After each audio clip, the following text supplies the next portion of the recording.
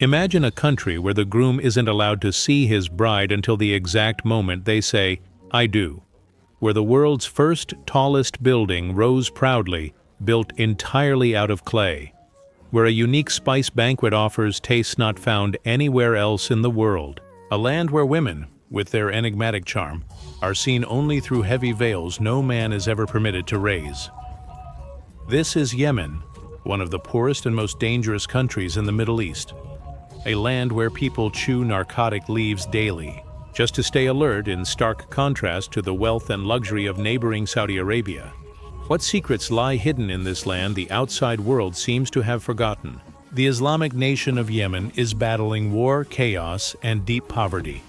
If you're curious about what life is really like in this country, I highly recommend watching this video until the end. I promise, it'll make you feel lucky to be living in your own country. Don't forget to turn on notifications so I can see you again in the next video. But first, let's take a quick look at some general facts about Yemen before we dive into what everyday life is truly like for its people. Yemen is a resource-rich nation currently caught in the grip of a severe crisis. It is located at the southern tip of the Arabian Peninsula. The country is shaped like a large rectangle, spanning an area of 555,000 square kilometers. Despite its vast size, Yemen has a relatively high population density, with around 33 million people. Arabic is the primary language, and nearly all Yemenis are devout Muslims, making up 99% of the population. Yemen shares its borders with Oman to the east, Saudi Arabia to the north, the Arabian Sea to the south, and the Red Sea to the west. Its strategic location, especially near the Bab el-Mandeb Strait, where 12% of global trade flows, makes Yemen a crucial geopolitical hotspot. The country is rich in oil resources, oil that can be extracted directly from Yemen's land and rock formations. Yet, like many other oil-rich nations in the Middle East and Africa, Yemen has failed to harness this resource effectively. Its economy remains underdeveloped and far from reaching its true potential. It's an ironic paradox. In a nation abundant in oil reserves, gasoline at local stations must be imported from neighboring countries like Oman, simply because Yemen lacks the infrastructure for proper extraction and refining. This alone paints a clear picture of a paralyzed economy and poor governance. With its long coastline and vast deserts, Yemen holds tremendous potential for tourism. The pristine beaches along the Arabian Sea and the Red Sea, golden sand dunes, and majestic rocky mountain ranges could easily draw travelers from around the world. But ongoing internal conflicts have brought this dream to a halt. Tourism in Yemen has virtually ceased, as violence and unrest continue with no signs of resolution. Flights into the country have become extremely difficult, if not nearly impossible. This difficult situation has taken a heavy toll on the lives of the Yemeni people. Over 75% of the population now requires urgent humanitarian aid, and more than 70% live on less than $1 US per day. The United Nations has declared Yemen the world's largest humanitarian crisis, with millions displaced and living in extremely harsh conditions, lacking food, clean water, and even the most basic necessities. Yemen's history is also marked by turbulence and tragedy. Around 200 years ago, the country was part of the Ottoman Empire, though the empire's grip on the region was anything but smooth. In the mid-19th century, the British intervened in Yemen, sparking rebellions and helping the Arabs break away from Ottoman control. After World War I and a series of ceasefire agreements, Yemen officially ceased to be part of the Ottoman Empire. But deep divisions among the Arab tribes within the country prevented national unity. Internal power struggles continued to plague the nation, laying the groundwork for future instability. In 2011, the Arab Spring plunged Yemen into a deep political crisis, leading to the collapse of its government. Since then, the country has remained in a near-constant state of turmoil, corruption, and unresolved challenges. While many hope for change, no strong leader emerged to steer the nation in a new direction. This power vacuum opened the door for international organizations, like the United Kingdom and the United Nations, to intervene in Yemen's internal affairs. But instead of bringing solutions, these interventions sometimes made matters worse, sparking accusations of ineffective aid, or even outright exploitation. The brutal civil war that began in 2014 has turned Yemen into one of the most dangerous countries in the world. The conflict between the Yemeni government, backed by Saudi Arabia and the West, and the Houthi rebels, supported by Iran, quickly escalated into a bloody proxy war. More than 260,000 lives have been lost. Widespread famine has pushed millions deeper into poverty and suffering.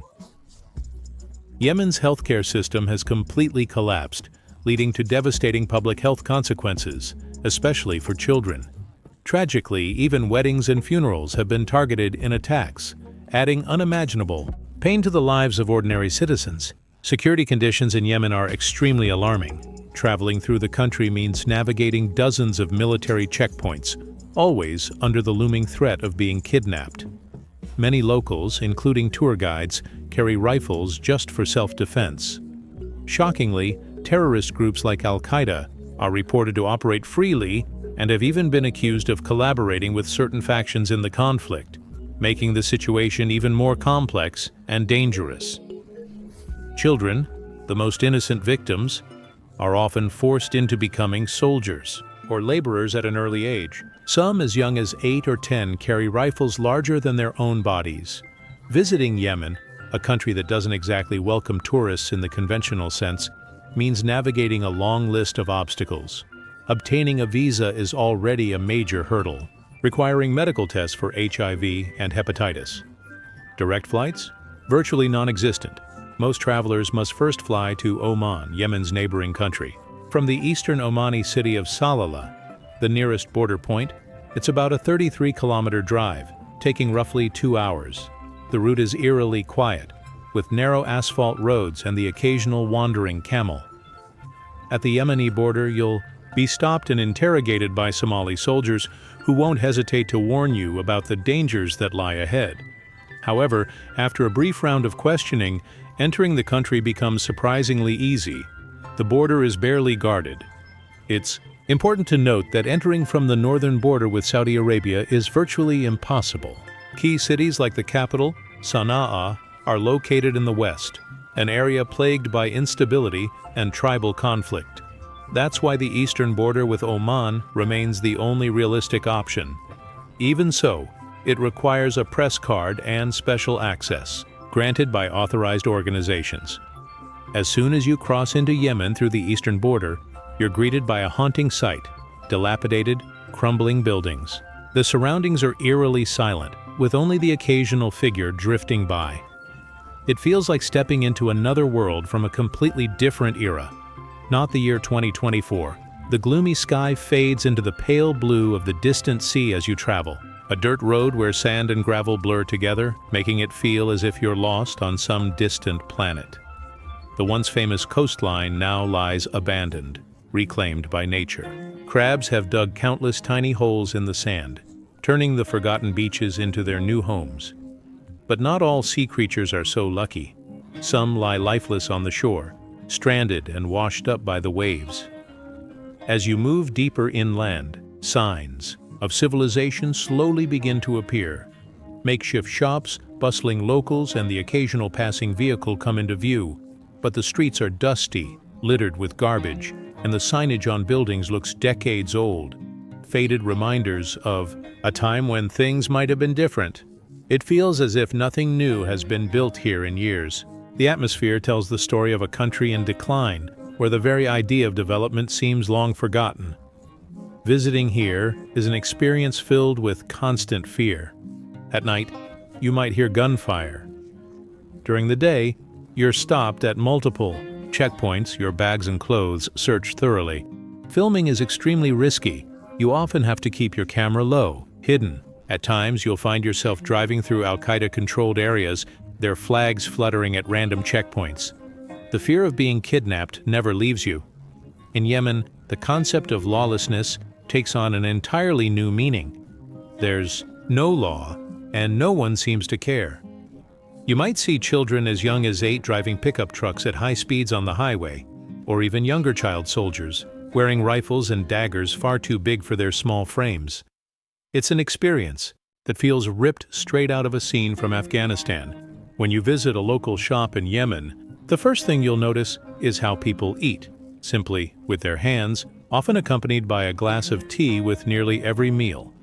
Yemeni cuisine stands out for its bold spiciness and sour notes, a reflection of the region's rich culinary heritage. Camel meat is a favorite protein among locals, though it might seem unusual to foreign visitors.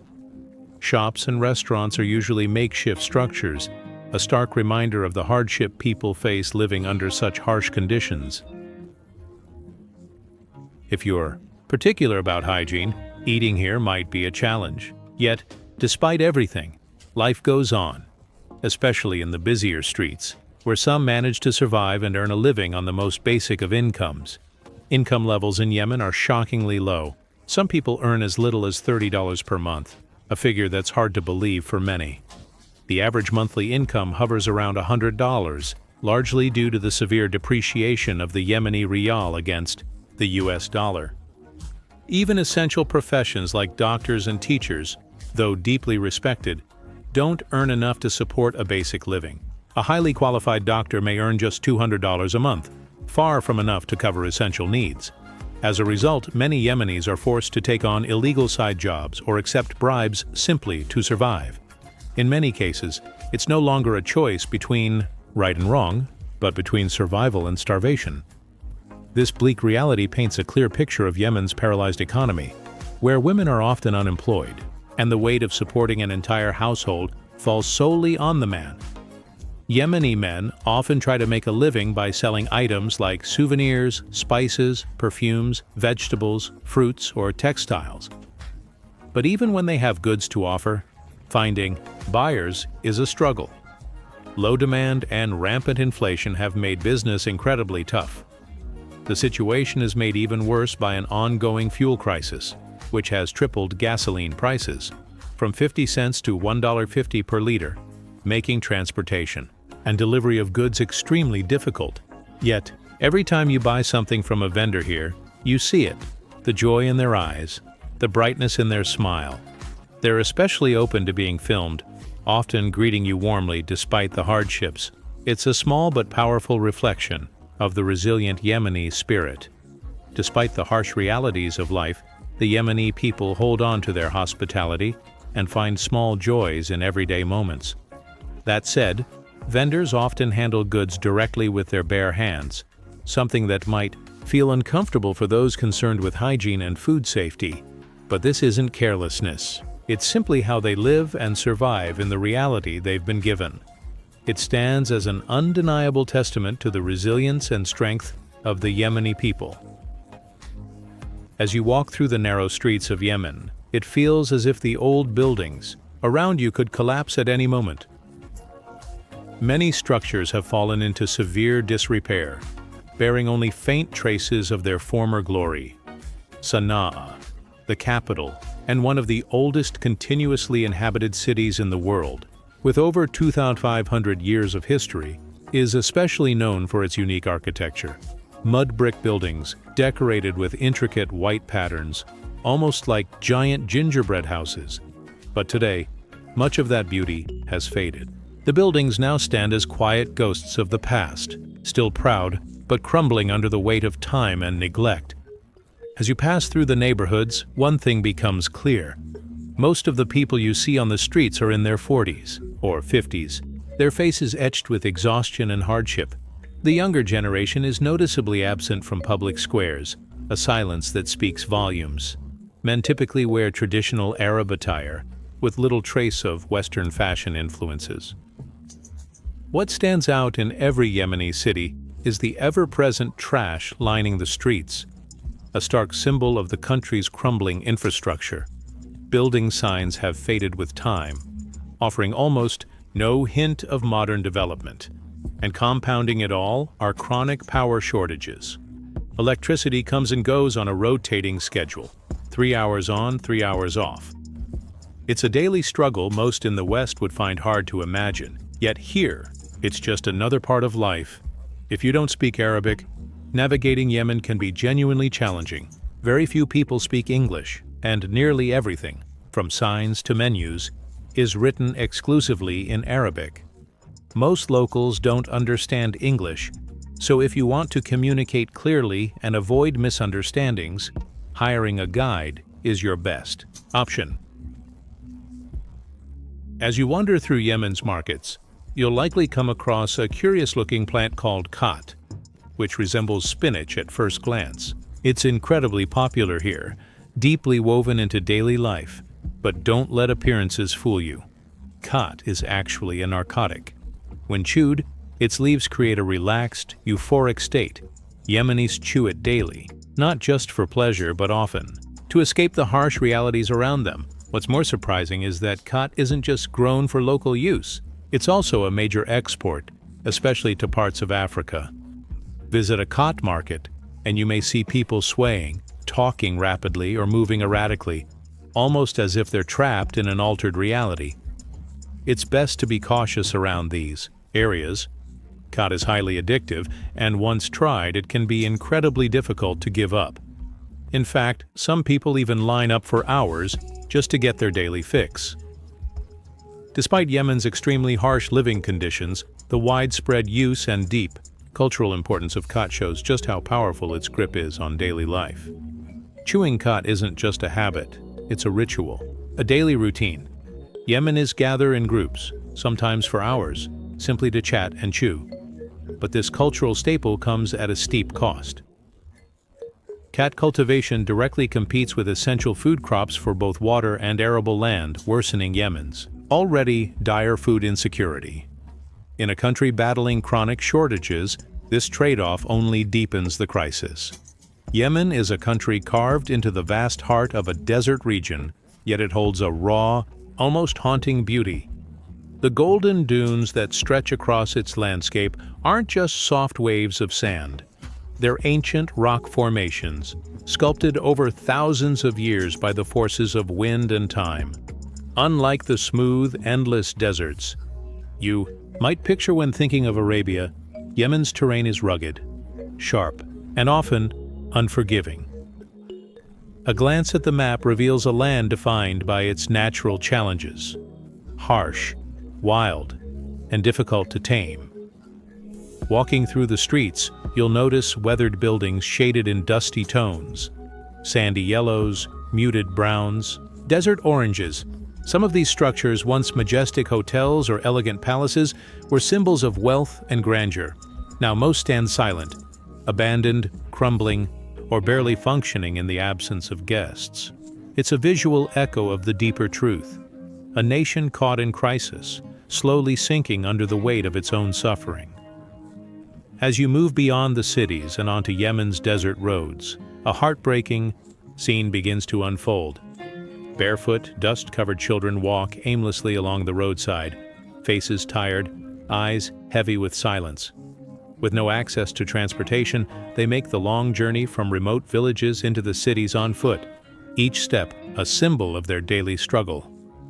Those without vehicles often try to hitch rides from passing cars, but most are met with disappointment.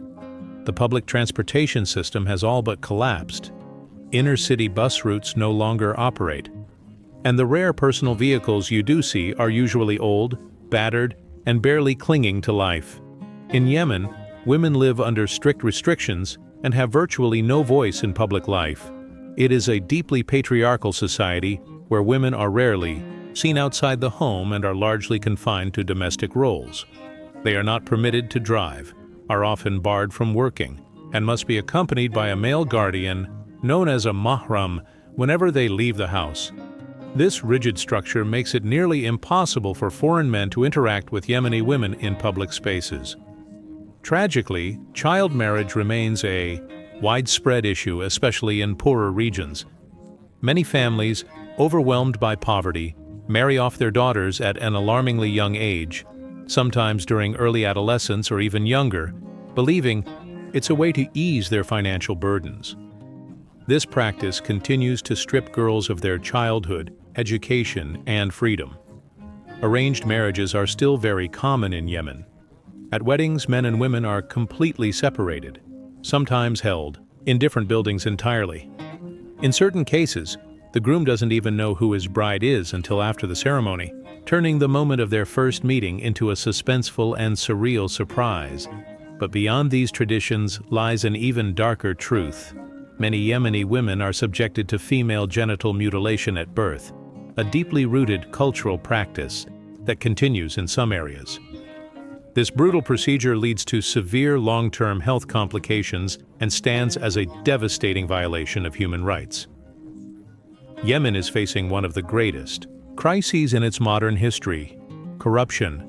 Instead of working to rebuild the country, politicians focus solely on self-preservation. They exploit national resources, sell off oil, one of Yemen's most valuable assets, and transfer the profits into personal accounts in Western banks. While ordinary Yemenis struggle just to survive, even basic fuel has to be imported from neighboring Oman, a bitter irony for a nation so rich in oil. But corruption is only one part of the problem. The absence of a strong central government, combined with deep divisions among the population, has plunged the country further into chaos. Communities live in isolation. Looting is widespread. Entire cities have been abandoned after waves of violent attacks. For protection, many, including local tour guides, routinely carry rifles. Kidnappings are a constant threat, and in Yemen, no one ever knows what the next moment might bring. The people here have one simple wish: a meal. Most Yemeni families have 6 or 7 children. Despite the harsh living conditions, many men still hope to have more, even if they can't afford to raise them. Sadly, countless children in Yemen never see the inside of a classroom. They grow up without access to technology, without proper food, and without the basic joys that most children around the world take for granted. Their happiest moments: receiving a small gift from a stranger or playing football in the dust. One of the few things that truly brings them joy. For girls, life is even harder. Many spend their days fetching water from distant sources with no pipelines, then return home to assist with endless housework. It's a heartbreaking truth. Nearly 40% of Yemen's population is under the age of 15, growing up in a world that seems to offer little hope for their future. Yemenis are known for their hospitality, curiosity, and sincerity. Despite living through unimaginable hardship, they never hesitate to share food or invite strangers into their homes. If you're lucky enough to be welcomed by a local family, you'll likely sit on the floor beside them, sharing traditional dishes like khubz, a soft flatbread, and salta, a rich, warming stew. They offer what little they have without hesitation, and they do it with genuine warmth. Another unique trait of the Yemeni people lies in their view of age and material things. They don't dwell on wealth or possessions. Here, life is measured by character, not by currency. Most Yemenis don't know their exact age or date of birth, and they don't celebrate birthdays.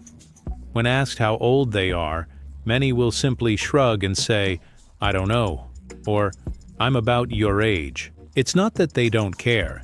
It's just that numbers and personal milestones, things many in the West obsess over, hold little meaning in their everyday lives. And yet, despite everything, Yemenis have never lost hope. They still believe that one day their country will rise from the ashes, that Yemen will overcome its suffering and become a better place, and through it all, they remain generous, always ready to share what little they have with visitors, because hope, kindness, and dignity are the things they've never given up on. But the challenges remain. Yemen is still waiting for a generation of leaders who are truly patriotic, leaders who won't act out of greed or personal gain, but who will put the nation first. The people dream of a different future, one where Yemen is no longer known for war and suffering, but for its stunning coastlines, its majestic deserts, and the rich culture that has endured through centuries of hardship. But as long as tribal divisions and old grievances continue to dominate, countries like Yemen and even Libya risk remaining pawns in the games of global powers. So the question remains, can Yemen truly change in the next 10 years? Or will it remain trapped in the shadows of corruption and conflict? Let me know what you think in the comments below. If you found value in this video, don't forget to give it a like and turn on the notification bell. Your support helps us keep telling stories that matter. Thanks for watching, and we hope to see you in the next one. Take care. Until then.